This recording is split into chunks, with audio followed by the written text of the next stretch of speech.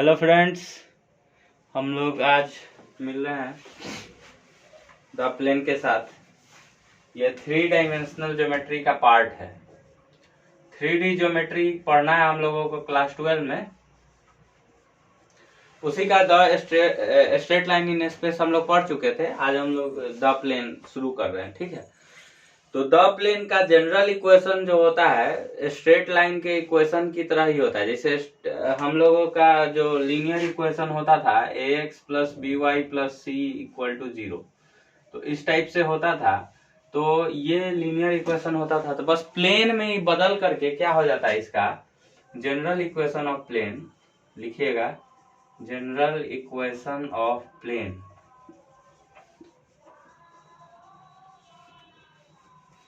इसके पहले का वीडियो है जिसमें प्लेन के बारे में समझाया गया है, उसका लिंक हम डाल देंगे डिस्क्रिप्शन बॉक्स में, वहां से मिल जाएगा। अभी हम लोग जनरल इक्वेशन से शुरू कर रहे हैं यहाँ पे। तो जनरल इक्वेशन ऑफ प्लेन लिख लीजिए। Equation of the first degree in x y z always represent a plane. Equation of a first degree x y z always represent a plane.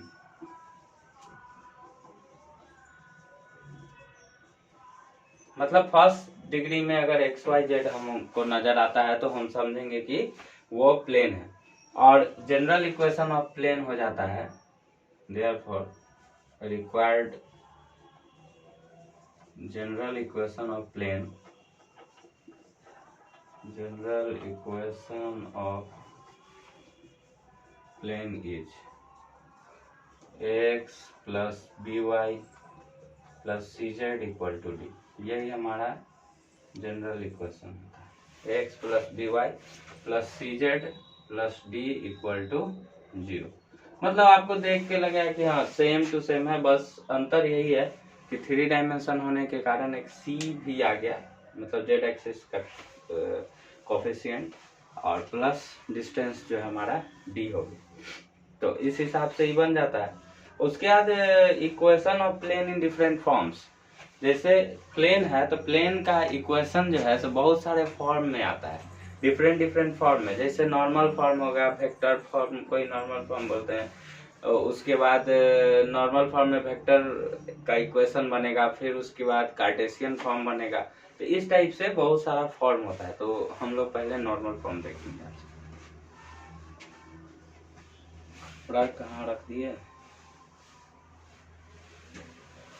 आज हम लोग नॉर्मल फॉर्म लिखते हैं, इसको note कर लीजिए।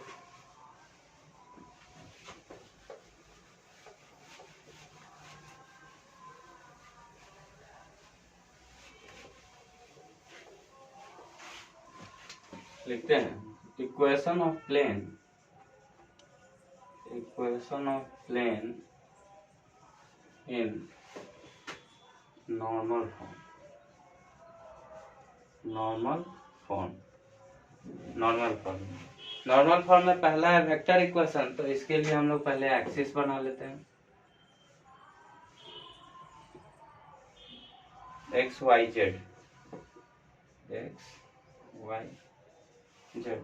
उसके बाद एक 3D टाइप का, ऐसा लगना चाहिए कि हाँ चटाई टाइप का बताए होंगे क्लास में उड़ते हुए, ऐसा लगना चाहिए।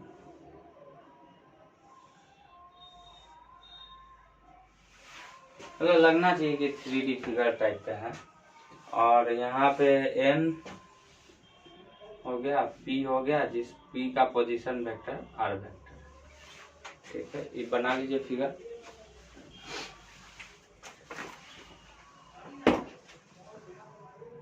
फिगर बनाइए।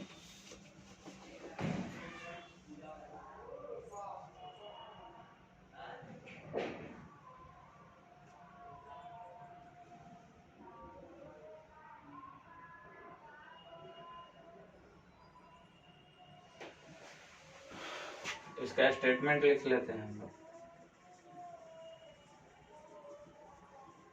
स्टेटमेंट है equation of a plane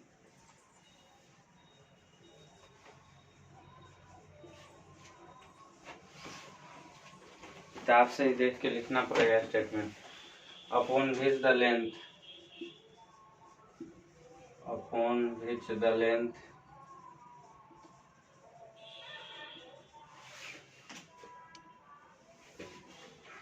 of perpendicular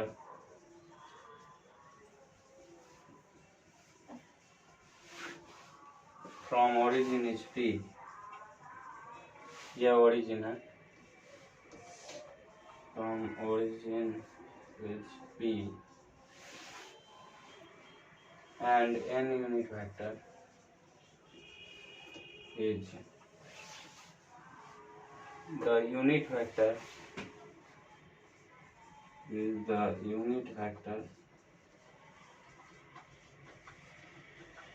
in the direction of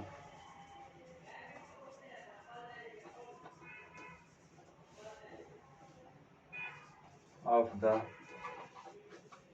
normal is r dot n unit vector equal to d।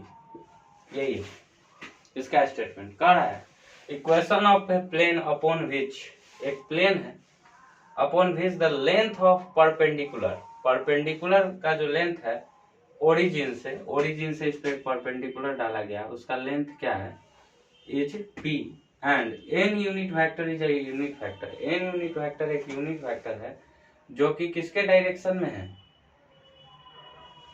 Unit vector in the direction of the normal, normal के direction में। Normal आपको normal क्या होता है देखो तुमको पता चलेगा, जैसे एक कर्व हो गया, कर्व पे एक परपेंडिकुलर, हम कर्व पे एक टेंजेंट जा रहा है t टेंजेंट, जो कि कर्व को एक पॉइंट पे टच कर रहा है, उस पॉइंट से जो परपेंडिकुलर खींचा जाता है वही नॉर्मल कहलाता था। याद होगा equation of tangent, equation of normal पढ़े होगे, उसमें याद होगा, नहीं पढ़ते थे इक्वेशन ऑफ टेंजेंट तो y minus y one by x minus x one equal to d y by d x at x one y one point.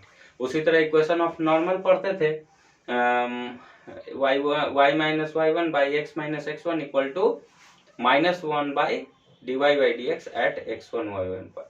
तो उसी टाइप का नॉर्मल है, तो normal is also a perpendicular which is drawn through, मतलब another perpendicular, मतलब tangent किसी एक मतलब पार्टिकुलर कोई फिगर होता है, उस पे अगर कोई पहले से परपेंडिकुलर हो या पहले से कोई टेंजेंट हो या पहले से कोई लाइन दूसरा फिगर ड्रॉ हो रहा हो, उस फिगर पे अगर परपेंडिकुलर होता है तो उसको हम लोग नॉर्मल बोलते हैं। डायरेक्ट परपेंडिकुलर को हम लोग नॉर्मल नहीं बोलते। तो नॉर्मल बोले तो उस नॉर्मल का direction of the normal is मतलब एन यूनिट वेक्टर एक यूनिट वेक्टर है जो कि नॉर्मल के डायरेक्शन में है, तो उसका equation r dot n equal to d vector है। अब हम लोग इसका प्रूफ देख लेते हैं। प्रूफ में ON इक्वल टू, मान लिया है ON equal to P, ON को मान लिया P, लिख लीजिए ON equal to P and n unit vector is in the direction of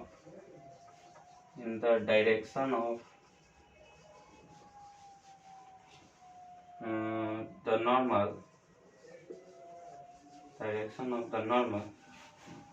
so ON equal to P dot n unit vector, इसीलिए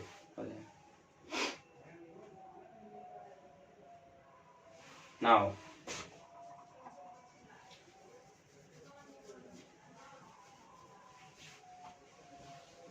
मान लिया लेट आर वेक्टर के बारे में इंट्रोडक्शन दे दीजिए। Let R vector be the position vector PV of P.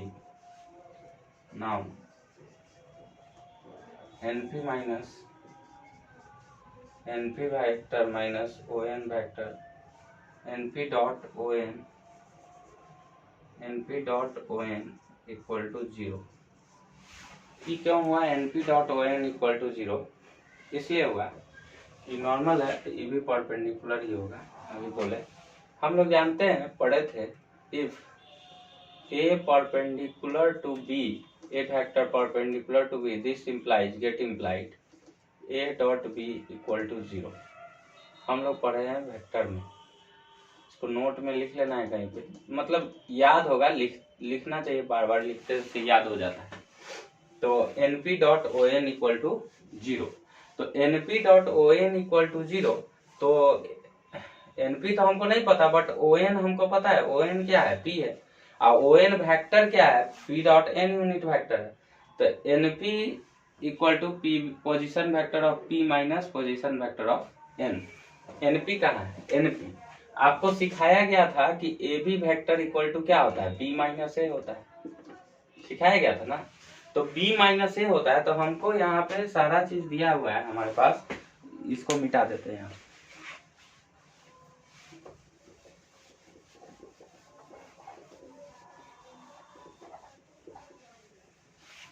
यहाँ से शुरू करते हैं, एनपी से। एनपी वेक्टर इक्वल टू हम लोग लिख सकते हैं p minus N. p minus N लिखते हैं, तो p माइनस एन लिखते हैं, तो p का पोजीशन वेक्टर क्या है? r है, तो r माइनस, और n को मतलब n मतलब o n का मतलब o n वेक्टर। n को हम जनरली o n वेक्टर का पोजीशन वेक्टर जो होगा वही n का भी होगा, तो इसको हम लोग लिख सकते हैं p dot n unit vector. np का आ गया, np वेक्टर का वैल्यू आ गया r minus p dot n unit vector. तो अब हम इस वैल्यू को यहाँ सब्स्टिट्यूट करते हैं, इसको हम इक्वेशन 1 मान लेते हैं और लिखते हैं फ्रॉम फर्स्ट से, फ्रॉम फर्स्ट। तो np मतलब r vector minus p n unit vector dot करना है o n से, o n हो गया p dot n unit vector equal to 0। ठीक है, तो इसको मिटाते हैं।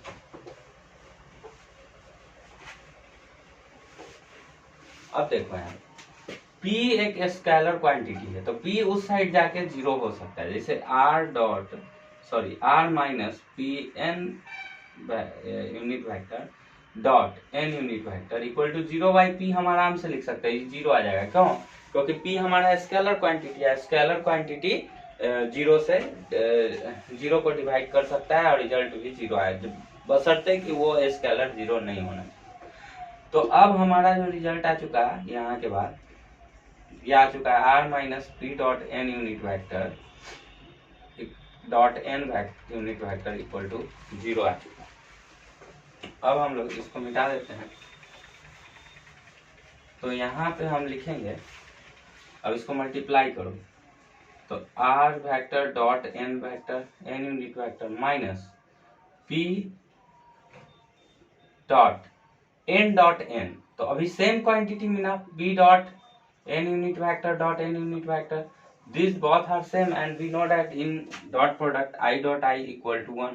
मतलब सेम जब होता है, दोनों वेक्टर सेम होंगे तो उनका डॉट प्रोडक्ट 1 होता है। हम लोग जानते हैं डिफरेंट में 0 होता है, तो हम यहाँ पे इसको 1 लिख देंगे, तो और में हो जाएगा r dot n minus p equal to 0।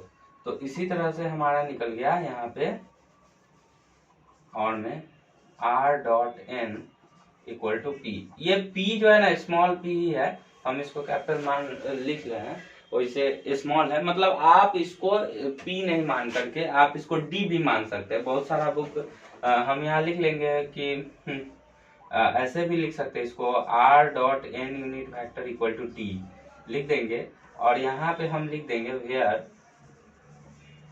p equal to d। हम p को d से रिप्लेस किए, p इसलिए लिखने में ठीक लग रहा था कि p फॉर परपेंडिकुलर, तो परपेंडिकुलर डिस्टेंस, तो d और अच्छा लगेगा, d फॉर डिस्टेंस। तो ठीक है, ये हमारा वेक्टर इक्वेशन हो गया। तो यहाँ हमारा ये इक्वेशन नंबर 2 हुआ, और लिखेंगे इसके बारे में, equation 2 is the required vector equation in normal form में रिक्वायर्ड वेक्टर इक्वेशन हमारा क्या है? r dot n equal to D. अब हम लोग इसी मतलब वेक्टर इक्वेशन को हम लोग कार्टेशियन में बदलने का सीखेंगे। तो आप लोग इसको नोट कर लीजिए, हम हट जाते थोड़ा सामने से, तो इसको नोट कर लीजिए। ये नोट करने के बाद अगर मान लीजिए कि आपको इसमें समझने में कहीं कोई डाउट हुआ होगा, तो क्या होता है कि डाउट अगर होगा तो यहाँ आपके पास कमेंट बॉक्स है, आप कमेंट में लिख दीजिएगा कि हाँ सर ये डाउट है, तो उसको फिर सॉल्व करके आपको भेज दिया जाएगा। ठीक उसके बाद आपको नीचे कमेंट बॉक्स में मेरा व्हाट्सएप नंबर भी दिया रहेगा, आपको अगर कोई भी डाउट है तो व्हाट्सएप कर दीजिए, उस व्हाट्सएप पे आपको सॉल्यूशन भेज दिया जाएगा। नहीं तो आप कमेंट सेक्शन में भी डालिएगा, आपको मतलब उसका सॉल्यूशन मिल जाएगा। ठीक है, तो इसको मिटाते हैं, फिर यहीं से हम लोग शुरू करते हैं इसको। तो इसको हम यहाँ पे आप लिख लीजिए, इसके बाद हम लोग आगे बढ़ रहे हैं इसमें। तो इसको मिटाते हैं यहाँ से, फिगर नहीं मिटाएंगे, फिगर का जरूरत तो पड़ेगा, मिटा देंगे तो फिर दोबारा बनाना पड़ेगा। अब हम लोग r dot n equal to D आ गया है, डी से ही आगे बढ़ते हैं। तो हम लिखेंगे यहाँ पे वी नो डैट, यहाँ लिख देना है हम लोग को इक्वेशन कार्टेशियन फॉर्म, यहाँ लिख के शुरू हो जाना है कार्टेशियन फॉर्म। तो लिखेंगे we know that vector equation is r dot n equal to d and r vector, let r vector equal to xi plus yj plus zk। ये हम लोग इसलिए जान गए कि i x के लॉन्ग i कंपोनेंट, y के long j component and z के लॉन्ग k कंपोनेंट हुआ। तो यहाँ पे ये हो गया एंड और डायरेक्शन कोसाइन से बनता है n unit vector. n unit vector के बारे में आप वहां भी पढ़े होइएगा, वेक्टर प्रोडक्ट ऑफ वेक्टर्स में, जहां पे हम लोग साइन थीटा इक्वल टू लिखते थे modulus of A cross B by modulus of A modulus of B.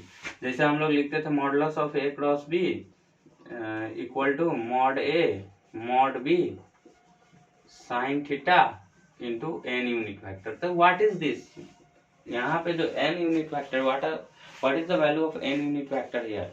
The N unit vector is a vector which is made from the direction cosines, जिसमें direction cosines जो होते थे L M N, वो यहाँ direction ratios बन करके जुड़ जाते हैं आई जे के साथ। तो जैसे हमारा डायरेक्शन कोसाइन निकलता था, मान लीजिए आर वेक्टर बराबर X I Y J Z K है, तो how we find direction cosines of this R vector?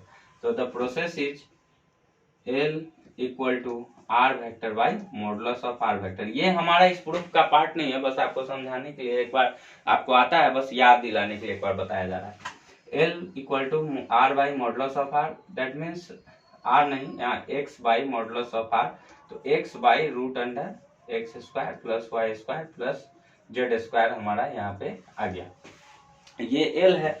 इसी तरह एम हमारा हो जाता था Y by root under X square plus Y square plus Z square, दूसरा डायरेक्शन कोसाइन, और एन बराबर हो जाता है Z by root under X square plus Y square plus Z square. ठीक है, तो ये हमारा डायरेक्शन कोसाइन होता। तो हम लोग जो एन यूनिट वेक्टर के बारे में कंसीडर करेंगे, तो वो क्या करेंगे देख लो। जैसे हम लोग लिखे also let N unit vector equal to L I plus M J plus N K, and here L is the direction cosine and this L is the direction cosine, M is the direction cosine, N is the direction cosine, but in this n unit vector equal to Li plus Mj plus Nk, L is the direction ratio, M is the direction ratio and N is the direction ratio. But originally what is the value of L? The value of L is x by root under x square plus y square plus z square. So we मतलब क्या कर रहे हैं हम लोग, इसको बदल रहे हैं from first, so from first now we change this equation first in Cartesian form, r dot N unit vector equal to D. तो ये नहीं लिख करके हम लोग r के जगह पे लिखेंगे X I plus Y J plus Z K dot Li plus Mj plus Nk equal to D. और डॉट प्रोडक्ट में आप जानते हैं आई डॉट आई 1 होगा, जे डॉट जे 1 होगा, के डॉट के 1 होगा। डिफरेंट में जैसे I dot J I dot के 0 हो जाएगा। तो यहाँ हम लोग लिखेंगे Lx plus My plus Nz equal to D. Dot product में लिख देंगे Lx plus My plus Nz equal to D. तो यही हमारा रिक्वायर्ड इक्वेशन हो जाएगा। इसको हम मान लेंगे इक्वेशन 2 और यहाँ लिखेंगे equation 2 is the required equation, required Cartesian equation of normal form, normal form. तो ये हमारा हो गया नॉर्मल फॉर्म और ये नॉर्मल कार्टेशियन इक्वेशन और नॉर्मल इक्वेशन का हमारा कार्टेशियन इक्वेशन और वेक्टर इक्वेशन नॉर्मल फॉर्म में हम जान गए प्रूफ। अब हम लोग अगले क्लास में देखते हैं कि कैसे हम लोग क्वेश्चन को सॉल्व कर पाएंगे। तब तक के लिए नए वीडियो का इंतजार करिए। Thank you.